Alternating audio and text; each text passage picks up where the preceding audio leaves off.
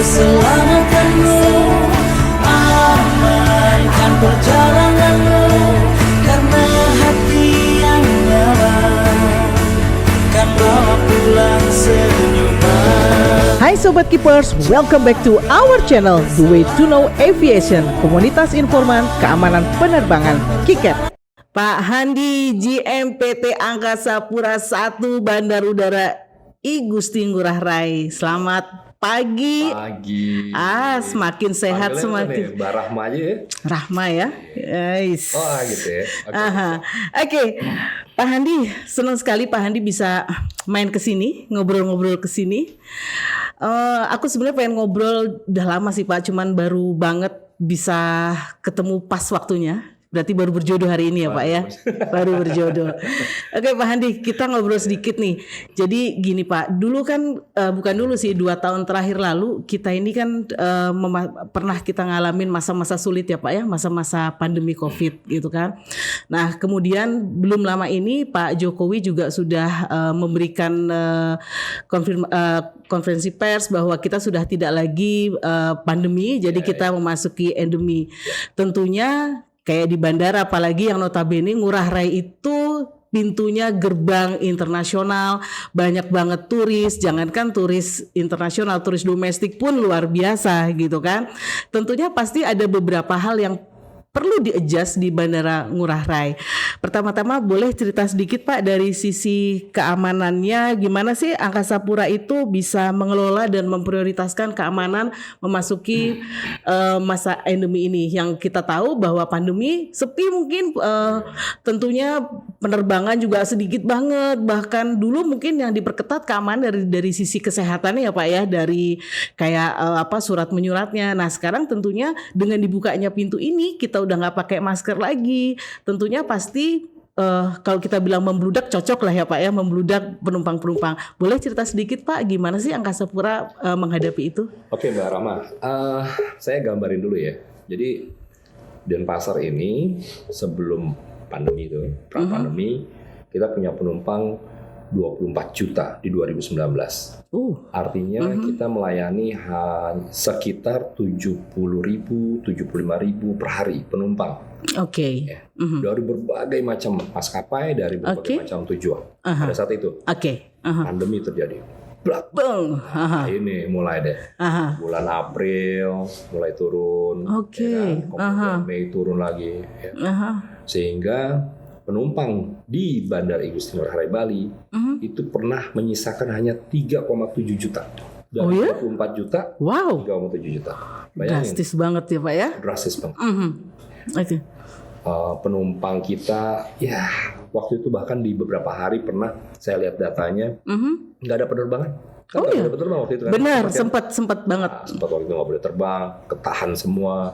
Nah, itu yang membuat kami, saya rasa juga dari sisi industri penerbangan pada saat itu juga cukup tersentak ya, kaget.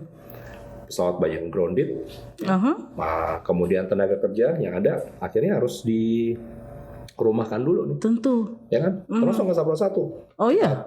Ya, kita tutup beberapa gate semua, kita tutup, ya kan? AC-nya kita matikan, lampu kita matikan, air kita matikan untuk menghemat. Karena kalau nggak gitu, biaya untuk operasional di bandara kan cukup tinggi saat ini. Udah, kita tutup, kita matikan, dan kita sesuaikan hanya beberapa gate saja yang buka. Nah, pada saat itu memang kita mengejas dari sisi operasional. Kita dari sisi security juga kita turunkan semuanya. Ya, personil hanya menempatkan di posisi-posisi tertentu saja yang memang untuk menjaga aset ya. Benar. Karena operasional sepi waktu itu. Mulailah masuk di 2022. Saya ingat saya penempatan di sini di Mei 2022. Mei 2022. Pak Luhut sampaikan yang domestik tidak perlu antigen, tidak perlu betul. Domestik naik.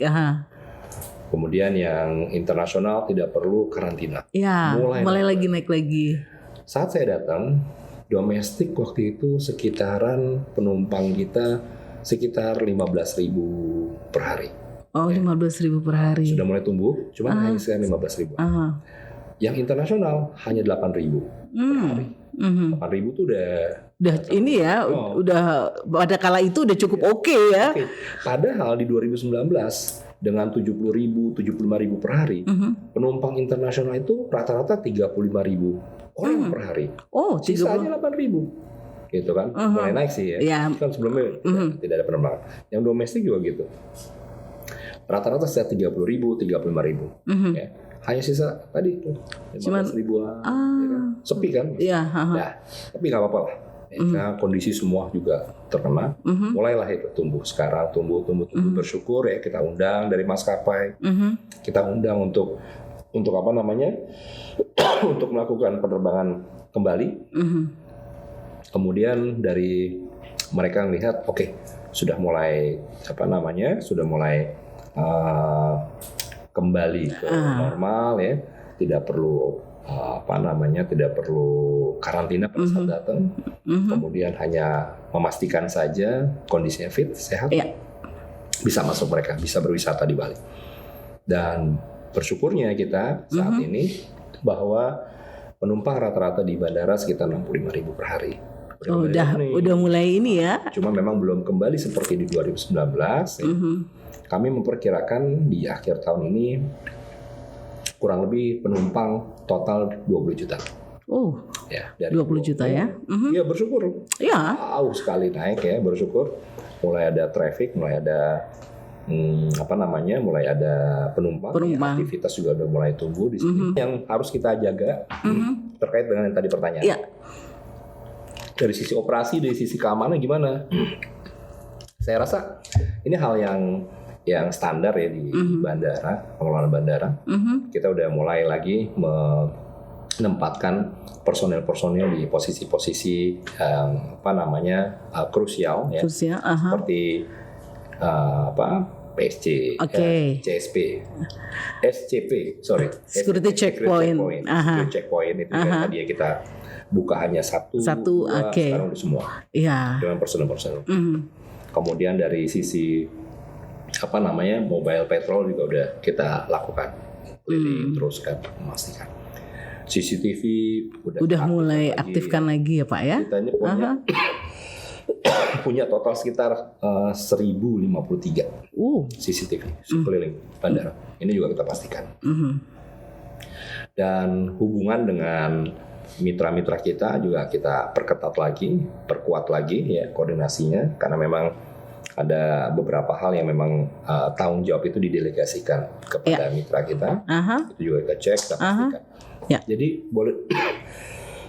boleh dikatakan bahwa kondisi saat ini dengan adanya pertumbuhan traffic ya, pertumbuhan penumpang yang ada, kami untuk security saat ini sudah boleh dikatakan sudah 100% ya.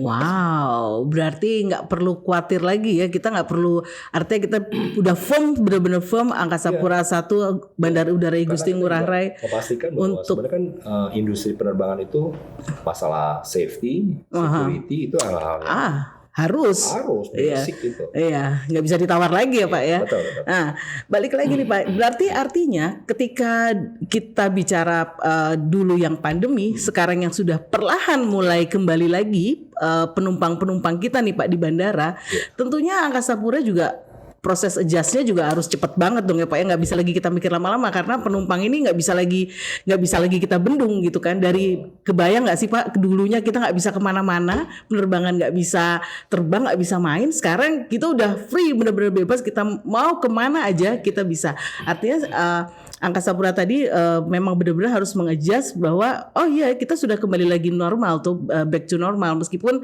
ya mungkin belum sepenuhnya ya Pak ya.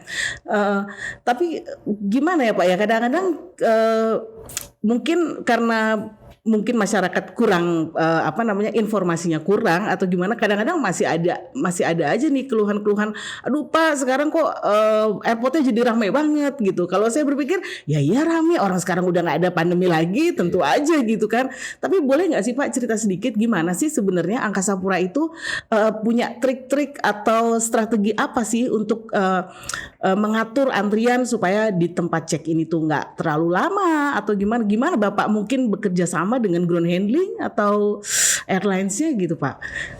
Mbak Rama, setiap hari ada sekitar 400-430 ya movement pesawat setiap hari.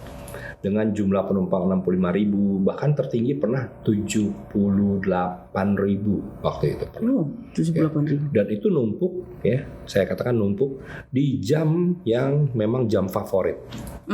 Coba lihat ya, kita punya jam favorit. Kalau pagi itu sekitar jam 10 sampai jam 12 ya, itu mulai ramai. Peak season banget, maksudnya udah peak banget. Peak hours ya, peak hours. Terus udah itu agak mereda, kemudian ramai lagi menjelang sore. Sore itu jam 4 udah mulai rame, nanti lebih padat lagi jam 18 sampai jam 10 malam. Itu rame, penuh, khususnya untuk internasional. Nah, inilah bisa dilihat bahwa sebenarnya kami udah minta, yuk kita geser yuk, ya, supaya nanti jam terbangnya jangan numpuk di waktu tertentu aja. Iya, benar. Biar geser ke jam lain yang lebih kosong, yang mereka juga akan lebih nyaman tentunya kan. Nah, itulah makanya kami sedang berkomunikasi dengan maskapai, karena kan maskapai juga tergantung dari rotasi pesawatnya. Benar. Gitu. Nah, itu yang kami pastiin, kami minta ke mereka juga geser. Nah, selain itu ya ada hal lain memang kami sedang menghitung ya, saat ini rencana ke depan akan menambah self check-in. Itu kayaknya solusi juga tuh ya Pak ya. Self check-in yang ada saat ini kan ada 10 ya di domestik. Ya, khususnya domestik saya cek ya, domestik karena memang spesi juga terbatas di situ. Saya udah koordinasi dengan kawan-kawan, memungkinkan nggak kalau misalnya ini ditambah ya jumlahnya. Terus kemudian kita siapkan personil untuk meminta orang yang datang itu dengan self check-in itu untuk menghindari antrian itu. Benar. Sebenarnya sih kalau dilihat Mbak Rama, antrian itu hanya pada saat jam tertentu saja. Peak hour tadi ya Pak ya. Selesai itu udah nggak ini lagi ya. Jadi bandara ini memang masih tertumpu di jam tertentu ya, pada saat padatnya, setelah itu kosong. Nah, inilah kami mendorong ke teman-teman maskapai, yuk isi dong jam-jam kosong supaya utilisasi dari alat kami juga bagus. Benar Pak. Kesannya ada kan Ini banget gitu. Kayaknya saya lihat ya sekarang kan zamannya era sosial media ya Pak ya. Jadi kayaknya crowded banget gitu. Kayaknya bertumpuk-tumpuk jumlah banget. Kursi kurang. Nah, itu. Ya kan? Padahal kalau nggak antrian di toilet. Dan setelah itu kosong. Nah, itulah makanya ini tantangan buat kita semua ya, buat kami juga. Yuk kita atur yuk supaya mereka punya space ya yang lebih luas ya. Kan kita 24 jam nih. Nah, itu. Iya, nggak dimanfaatkan loh. Manfaatin dong. Ya? Iya, benar-benar. Geser-geser gitu kan. Nah, ini buat maskapai juga nih. Sama-sama lah. Iya, jadi perlu denger juga nih Kikep nih gitu kan biar apa nih bisa ngatur sama-sama, jadi cari win-win solution kan. Betul. Sama-sama lah kita. Nah, ini tantangan. Nah, kesininya juga akhirnya kan kelihatan kan, jalanan macet. Ya kan? Iya benar. Gitu, apalagi kalau Jumat Pak, ampun kalau udah Jumat, apalagi ini hari ini pasti. Karena kan mau weekend kan, Jumat ini pasti banyak ambil cuti pasti. Ini yang gitu. Kami setiap hari itu dari tim itu udah membuat data, jumlah perkiraan traffic, ya, jumlah perkiraan dari penumpang pesawat per jamnya. Setiap hari loh, itu ada. Jam 7 pagi atau dari jam 6 sampai jam 7 sekian. Dari jam 7 sampai jam 8 sekian. Ya, domestik internasional, keberangkatan kedatangan. Kami share ke tenan, kami share ke security, kami share ke tim kami ya di dalam supaya mereka juga aware. Oh iya, jam segini rame. Ini rame. Nah, di tenan pun dia akhirnya bisa mempersiapkan juga tim mereka juga ya Pak ya. Oh, nanti jam segini rame karena jumlahnya sekian, berarti full. Ya. Jam segini kosong, ya udah kamu istirahat. Iya, bisa membagi untuk mereka ininya ya Pak ya. Iya, kami kirimkan semuanya ke stakeholder bandara juga kami kirimkan. Imigrasi kami kirim, bea cukai juga kami kirim, seperti itu. Jadi memang sebenarnya sudah diantisipasi dari Angkasa Pura sendiri untuk supaya antrian-antrian itu sebenarnya nggak ada. Tapi karena memang keadaannya di peak hour itu memang semuanya bertumbuk di situ, sehingga yang sering kita lihat di sosmed itu ya memang karena itu pas peak hour gitu kan. Jadi ya mohon maklum gitu. Selain Angkasa Pura juga masih terus berkoordinasi dengan airlines atau menyediakan self check-in sendiri. Mungkin self ini juga kali Pak, self drop baggage mungkin. Betul. Ya Nanti kan? ke depannya seperti itu. Kita akan minta siapkan khusus. Sama ini beberapa maskapai kan juga ada web check-in ya. Iya, benar, web mereka udah check-in. check-in duluan. Saya datang cuman ngedrop Baggage aja ya. Mungkin next ke depan mungkin drop baggage-nya juga sendiri Pak, self tag sendiri, timbang sendiri gitu kan. Kita nanti akan koordinasi ya. Saat ini masih terus berdiskusi dengan kawan-kawan ya, memastikan semuanya juga harus Seperti siap itu juga. ya Pak ya. Iya, supaya itu tadi salah satu mungkin ya itu tadi mengurai kemacetan di check-in itu ya Pak ya. Oke. Nah, terus kembali lagi Pak, kalau tadi kita bicara check-in udah nih, artinya sudah diantisipasi dengan teman-teman di Angkasa Pura. Dari sisi keamanannya juga udah sekian ribu CCTV dipasang. Jadi dipastikan bahwa bisa dipastikan oleh Angkasa Pura bahwa yang bermulai terbang dari Bali ini bisa aman, nyaman dan selamat tentunya gitu kan. Kita kerjasama berkolaborasi dengan stakeholder yang ada. Nah, kalau dari lingkungan hidup sendiri nih Pak, kita tahu bahwa di airport itu limbahnya juga tentu banyak, terus dari pemakaian ya, dari banyak hal lah ya Pak ya di situ. Angkasa Pura sendiri gimana sih Pak untuk bukan ngatasi tapi meminimalisir dampak-dampak itu? Oke. Betul. Ekosistem yang ada di bandara ya dengan 65.000 saat ini penumpang keluar masuk dengan kurang lebih 6.000 7.000 tenaga kerja langsung yang berkecimpung di bandara tentu berefek ya terkait dengan kondisi lingkungan ya, daya dukung lingkungan. Ya, saya bisa jelaskan gini. Penggunaan air deh. Penggunaan air. Kami harus membayar ya, ke pihak provider ya, air itu rata-rata per bulan 1,2 miliar. Wow. Air doang loh. Ya. Air doang. 1,2. Wow. Seperti itu. Karena memang kebutuhannya cukup banyak, cukup tinggi. Kemudian ada lagi sampah. Ya. Sampah 15-16 ton per hari. Wow. Per hari 15-16 ton per hari yang harus kami buang. Itu kan juga menjadi satu tantangan buat kita. Betul. Karena ibaratnya ini seperti apa ya? Seperti kota. Iya, kota tersendiri ya Pak. Tersendiri. Iya. Ada orang di sini kebutuhan mereka untuk makan. Tenan-tenan juga untuk logistiknya bagaimana, masukinnya, keluarinnya kapan, saatnya. Seperti itu. Nah, inilah makanya menjadi satu menjadi satu tantangan buat kami ya, bagaimana kami manage dari sisi lingkungan, dari sisi ini. Nah, kesininya ya kami memang sudah ada beberapa program ya, kami ada program pemanfaatan energi yang lebih ramah.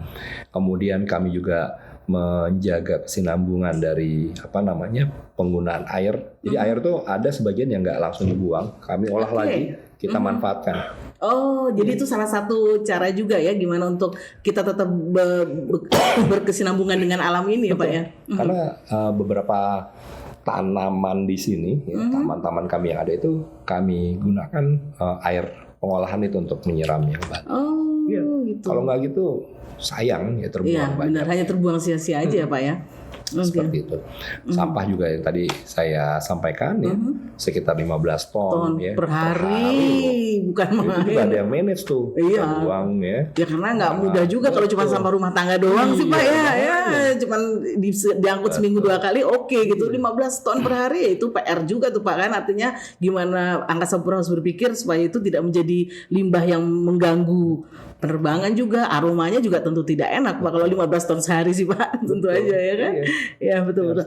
Ya. Nah, artinya di masa yang sekarang menuju artinya sudah kebebasan lah kalau kita bilang ya, dari pandemi, endemi ya sebentar lagi mungkin kita sudah benar-benar sudah kembali normal itu.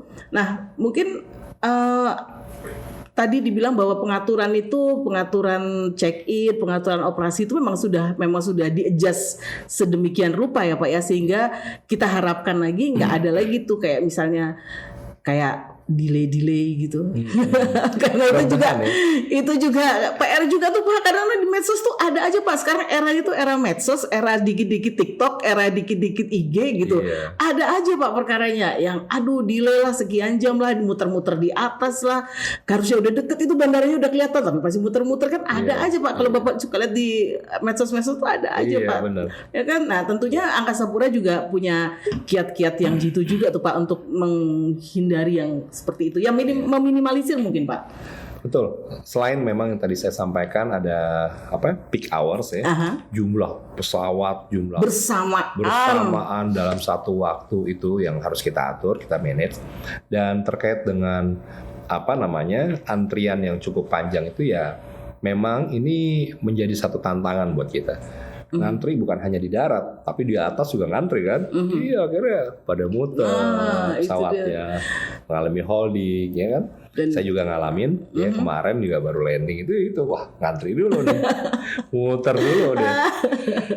Tapi sebenarnya gini, masalah safety itu adalah nomor satu. Ya kan. Setuju kalau itu. Akhirnya kawan-kawan dari Airnav yang memutuskan ya siapa yang menggunakan runway itu akhirnya dia harus antri kan, ya gantian kan satu-satu, ya kan. Iya benar. Dah sejauh ini sih memang saya lihat bahwa tantangan kita pemanfaatan memanage dari jadwal penerbangan yang ada. Kalau misalnya adanya delay banyak sebab ya. Bukan hanya dari sisi bandara, bisa jadi dari sisi operasionalnya maskapai tersebut. Kalau misalnya pesawat ini digunakan untuk 5 ataupun 6 destinasi, misalnya destinasi pertama sudah delay ya, terus ke bawah, ke bawah terus itu. Itulah makanya yang harus kita pahami juga lah, kita ya bersabar ya, karena terkait dengan pesawat juga ini kan harus prima ya, pada saat tertentunya itu bisa dicek. Ya itu lebih penting ya betul. Terjadi. Tapi ini kali ya Pak mungkin harus sering-sering mengedukasi juga, artinya juga kenapa kadang-kadang pesawat itu suka delay gitu kan. Selama itu memang demi alasan keselamatan gitu, rasanya ya harus maklum kita, we don't have another choice toh untuk ayo kita segera terbang kan, ya nggak mungkin juga begitu gitu kan. Nah jadi artinya Angkasa Pura memang sudah bersiap diri untuk menyambut para penumpang yang ingin berkendara dengan pesawat terbang, ya kan, supaya bisa tetap nyaman di bandara. Saya lihat juga sekarang di Angkasa Pura di Ngurah Rai ini toko-tokonya sudah buka semua, keren-keren juga, brand-brandnya juga luar biasa ya Pak ya. Jadi saya kalau kadang-kadang saya iseng Pak, kalau misalnya weekend nggak punya kegiatan, saya masuk aja ke airport, saya duduk kayak mall soalnya Pak ya. Ada minum kopi bisa, mau makan bisa, apa bisa gitu kan, di public areanya banyak sekali ininya. Jadi ada semacam ini. Kalau mau merasakan luar negeri tanpa paspor bagi kita ke internasional departure. Perjalanan internasional itu kan suasananya kan, environmentnya ya kan, ambience seperti luar negeri karena foreigners lebih banyak di situ. Iya, karena foreignersnya memang banyak sekali di situ. Tapi di Kedatangan sekarang menjemput, saya kalau punya tamu keluarga atau apa gitu ya, mau datang ke Bali, saya dengan senang hati menjemput karena saya nggak perlu berdiri lagi. Kopinya, tempat minum kopinya ada, restorannya ada gitu kan. Jadi kita nggak usah pusing lagi mau delay kayak mau apa kayak gitu. Yang penting kita udah bisa duduk nyaman di kedai kopi itu udah luar biasa kan. Jadi kayak semi mall. Ya. Oke, kalau tadi kita bicara udah soal antrian check-in sudah, antrian pesawat di udara sudah. Terus ya kita sih nggak berharap nih Pak ya terjadi sesuatu di bandara, kayak misalnya let's say ada kayak misalnya gangguan kayak misalnya bencana alam atau mungkin kebakaran. Ya kita sih nggak berharap itu terjadi sih Pak ya. Betul. Tapi gimana sih Pak, Angkasa Pura sebagai salah satu airport apalagi di Bali yang notabene udah terkenal se-internasional sejagat raya ini, gimana sih Pak artinya mengantisipasi itu, merespon itu seperti apa sih Pak biar penumpang-penumpang juga nyaman-nyaman aja nih landing dan take off dari Ngurah Rai? Kami punya jadwal yang tadi Mbak Rahma sampaikan, pelatihan kebakaran, pelatihan kecelakaan pesawat, ya. Kemudian pelatihan misalnya untuk security-nya ada ancaman bom, ada pembajakan ataupun ada penyanderaan, itu kita latih. Kita sebutnya PKD ya. Penanggulangan keadaan darurat. Ya. Tahun depan kita udah dijadwalkan ikut lagi ada PKD karena di terakhir itu di 2022 kemarin menjelang G20 kita lakukan latihan PKD lagi. Di 2024 kita akan jadwalkan kembali. Jadi kurang lebih sekitar 2 tahunan lah siklusnya. Siklus 2 tahun gitu ya. Kita latih itu. Kita latih untuk semua teman-teman ya, dari teman-teman firefighting ya, PKPPK, itu untuk memastikan ya kesiapan dari kawan-kawan di sana. Bila mana terjadi tiba-tiba kecelakaan pesawat, apa yang harus dilakukan, ya kan? Koordinasi dengan siapa, alat apa yang harus disiapkan, digunakan, seperti itu. Terus untuk yang dari sisi itu tadi safety-nya, gempa bumi, misalnya nih Pak ya, gimana harus ada penanggulangan SOP-nya, floor warden-nya dia yang ada di tiap ini harus siap, di mana yang harus jalur keluarnya seperti itu. Kebakaran juga demikian, kita latihkan. Kemudian yang yang dari security-nya itu juga kita latihkan yang tadi itu pembajakan pesawat, penyanderaan, ancaman bom, semuanya sudah kita kita latih. Dan insya Allah ya hal ini terus kita update ya terkait dengan kondisi-kondisi darurat lainnya ya untuk menyesuaikan kita pastikan. Jadi nggak perlu khawatir ya Pak ya. Insya Allah. Jadi kalau misalnya datang ke bandara nggak perlu was-was, nggak perlu khawatir karena semua sudah dipersiapkan oleh PT Angkasa Pura I ya. Jadi silahkan yang mau datang. Terus satu lagi Pak, pertanyaan terakhir sebelum saya tutup pembicaraan kita. Apa sih kira-kira Angkasa Pura I terutama di Bandara Ngurah Rai ini yang tadi mungkin kalau se-Indonesia Raya kalau menurut saya nih paling oke lah, paling keren gitu kan, karena kayak semi mall tadi gitu kan. Itu kira-kira apa sih yang akan Bapak lakukan, rencana jangka panjang apa untuk Bandara Ngurah Rai khusus Bali Pak? Oke. Dengan lihat tren yang ada, pertumbuhan jumlah penumpang ini akan melebihi kapasitas bandara yang saat ini. Karena kapasitas bandara ini baik domestik maupun internasional adalah 24 juta. Oke, saat ini udah 20 juta. Hitung-hitungan kayaknya sih tahun depan nembus nih. Kayak tahun depan nembus. Kan harus ditambahin. Tentu, karena tadi dari selain peak hour itu tentu harus ini lagi. Kan harus tambahin untuk nambah kapasitas. Kami kan udah menyiapkan ya sebenarnya. Kalau Mbak Rahma lihat di sisi barat itu ada reklamasi. Itu tanah reklamasi yang kami persiapkan untuk terminal baru. Wow. Jadi nanti akan ada jumlah penumpang yang akan kami sanggup layani sekitar 37 atau 40 juta. Wow. Penumpang. Berarti Bali. Wah. Nah, hebat. Inilah makanya saat ini memang masih terus dibahas ya dengan tim pusat. Karena kami lihat bahwa kalau seandainya bandara ini ditambahkan dari jumlah kapasitas yang ada persoalan lain yang menurut kami juga krusial. Adalah terkait dengan aksesibilitasnya. Ya kan? Aksesibilitas. Kita sanggup nampung sampai 40 juta. Sanggup menerima 110.000 orang per hari. Tapi kalau aksesibilitas keluar masuknya seperti ini mampet. Nggak bisa. Nah, itulah makanya kami juga saat ini sedang berkoordinasi dengan kawan-kawan dari pemerintah daerah ya. Kemudian juga ada Bappenas yang waktu itu sempat datang ngecek lihat. Kemungkinan kita akan ada angkutan transportasi massal yang memang harus kita siapkan di Bali ini dari bandara keluar. Nah, rasanya itu juga salah satu solusi juga tuh Pak, gimana biar nggak bertumpuk-tumpuk ketika mau keluar dari parkiran itu Pak. Karena ya itu tadi Pak, di peak hour apalagi kalau weekend Pak. Aduh ampun, kalau di weekend itu memang karena terlalu banyak yang masuk ke Bali itu sehingga memang ya itu tadi pasti ya jalannya cuma segitu, kendaraannya banyak ya otomatis pasti akan tersendat gitu kan Pak. Jadi memang Saya cukup senang ketika saya mendengar nanti akan ada transportasi massal dari bandara keluar dari situ ya Pak ya. Oke, kalau gitu terima kasih Pak Handi untuk obrol-obrolannya pagi hari ini. Senang sekali bisa ketemu Terima kasih Bapak. banyak, Kalau ada yang mau bertanya boleh tulis di komen di YouTube channelnya, nanti kita jawab ya. Kapan-kapan kita ketemu lagi Pak Handi. Terima kasih untuk kedatangannya. Selamat pagi. Terima kasih.